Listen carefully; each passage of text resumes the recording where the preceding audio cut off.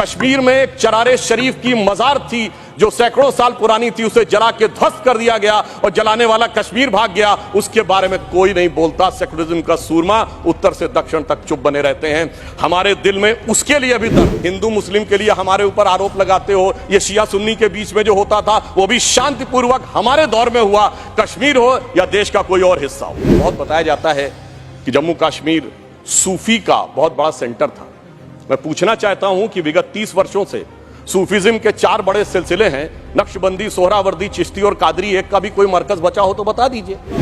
कि मुस्लिम समाज के लिए सबसे मुकद्दस मस्जिद हजरत बल पे नवंबर 1993 में आतंकवादियों ने कब्जा कर लिया था। ये वो भी दौर था, मगर इसके बावजूद किसी को उस दौर में खराबी नजर नहीं आती थी। जिस समय आतंकवाद शुरू हुआ था, जस्टिस नीलकंठ गंजू की हत्या उस समय हुई जब श्री राजीव गांधी जी के नेतृत्व में भारत के इतिहास की सबसे मजबूत सरकार थी। वो तो लोगों को याद होगा। मुझे याद है मान्यवर, बचपन में बहुत से लोगों को नहीं याद होगा। वर्ल्ड कप 1983 का जीतने के बाद इंडिया का पहला वनडे इंटरनेशनल कहां हुआ था? 13 अक्टूबर 1983 को श्रीनगर में, भारत और वेस्ट इंडीज के बीच में। और वहां पर भारतीय टीम के खिलाफ नारे, चलिए वो तो अलग है, पाकिस्तान जिंदाबाद के नारे, भारतीय टीम के लोगों के ऊपर चीजें फेंकी गई, पिच खोद दी गई। उस समय तो सर्वकालीन शक्तिशाली प्रधानमंत्री जिन्हें विपक्ष मानता है, श्रीमती इंदिरा गांधी जी का शासन। उत्तर से दक्षिण तक सारे राज्यों के नाम बदल गए। एक ही राज्य है जिसका प्राचीन काल में जो नाम था, नीलमत पुराण में यदि कश्मीर था तो आज भी कश्मीर है। पहली बार 30 साल के बाद 27 जुलाई को शियाओं का मुहर्रम का जुलूस भी शांतिपूर्ण ढंग से और पूरे अकीदत के साथ चला। और 30 साल के बाद सिनेमा हॉल खुले। यह सत्य है कि कश्मीरी पंडितों का जेनोसाइड और नरसंहार हुआ था। कि एक दौर था जब उस नरसंहार के आरोपी और समर्थक दिल्ली में आते थे तो रेड कारपेट वेलकम के साथ आते थे। जलवाए जलाल से दिल्ली की सरजमी पर जलवा अफरोज होते। आज भी वो आते हैं, मगर ईडी के सम्मन पे आते हैं, एनआईए की पेशी में आते हैं। ये अंतर आया है हमारी सरकार और उस सरकार के दौर में। महोदय, मैं एक बात याद दिलाना चाहता हूं। मैं लखनऊ का रहने वाला हूं। वहां भी मैंने बचपन में हिंदू मुस्लिम कॉन्फ्लिक्ट नहीं सुना था, शिया सुन्नी कॉन्फ्लिक्ट सुने थे। इनकी सरकार के समय में शियाओं का जुलूस, मदे साहबा का जुलूस रोक दिया गया था। 22 साल तक रुका रहा। जब हमारी सरकार आई उसके बाद वहां पर शियाओं का मदे साहबा का जुलूस निकलने की स्थिति आई। मैं पूछना चाहता हूं भाई, हिंदू मुस्लिम के लिए हमारे ऊपर आरोप लगाते हो, ये शिया सुन्नी के बीच में जो होता था वो भी शांतिपूर्वक हमारे दौर में हुआ। कश्मीर हो या देश का कोई और हिस्सा हो। यह दर्शाता है कि हमारी सरकार सभी समुदायों को समान रूप से उन्नति का अवसर देती है। और 30 साल के बाद सिनेमा हॉल खुले।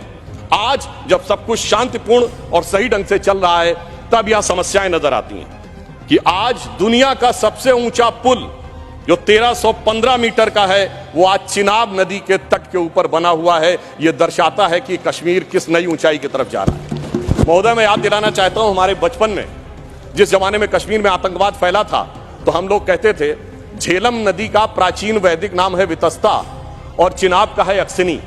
तो हम कहते थे, बो दिए विष बीज किसने, अब वितस्ता ने पुकारा, क्यों झुलसता जा रहा कश्मीर नंदन वन हमारा। आज मोदी जी की सरकार आने के बाद हम कह सकते हैं, पर आज दुनिया का सबसे ऊंचा पुल अक्सिनी पर हमारा जो उभरता जा रहा, जो निखरता जा रहा कश्मीर नंदन वन हमारा। अब मैं एक और भी बात यह कहना चाहता हूं कि 21 हाइड्रो पावर प्रोजेक्ट्स भी चल रहे हैं। G20 जिस शानदार तरीके से हुआ वो हम सब ने देखा।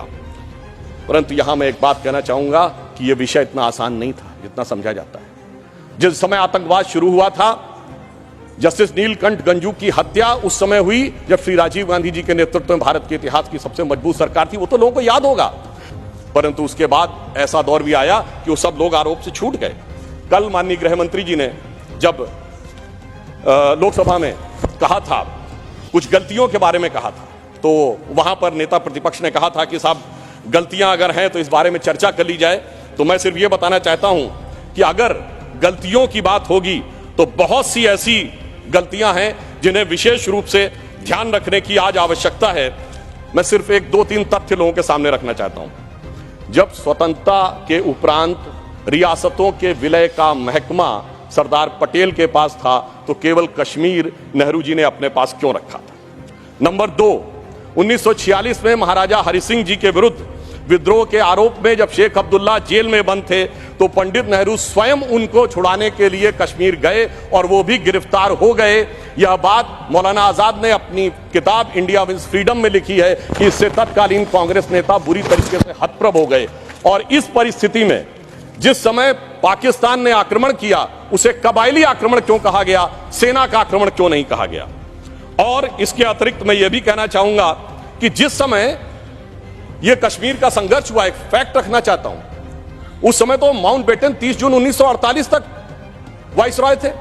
भारत की सेना अध्यक्ष जनवरी 1949 तक जनरल रॉय बूचर था और पाकिस्तान की सेना का अध्यक्ष जनवरी 1951 तक अंग्रेज था।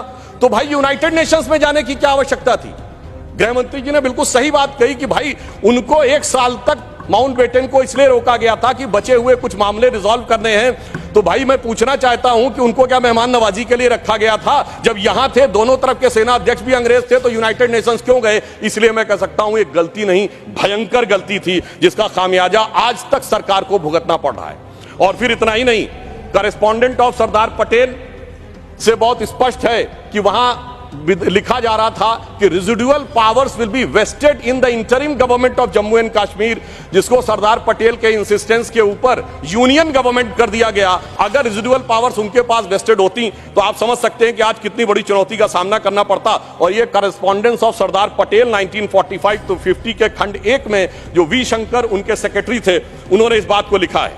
अब मैं एक बात और ध्यान देना चाहता हूं कि प्रथम लोकसभा में कश्मीरी पुनर्वास के कैबिनेट मंत्री अजीत प्रसाद जैन जी ने अपनी किताब कश्मीर व्हाट रियली हैपेंड में लिखा है कि the draft was approved by Sheikh and his colleagues and then passed by the Congress party. ये मैं नहीं कह रहा हूं, उनकी सरकार के कैबिनेट मिनिस्टर कह रहे थे। और इसमें अंत में एक और व्यक्ति का उद्धृत करना चाहता हूं जो भारत के मुख्य न्यायाधीश रहे, जस्टिस मेहरचंद महाजन, जो कि उस समय कश्मीर रियासत के प्रधानमंत्री थे।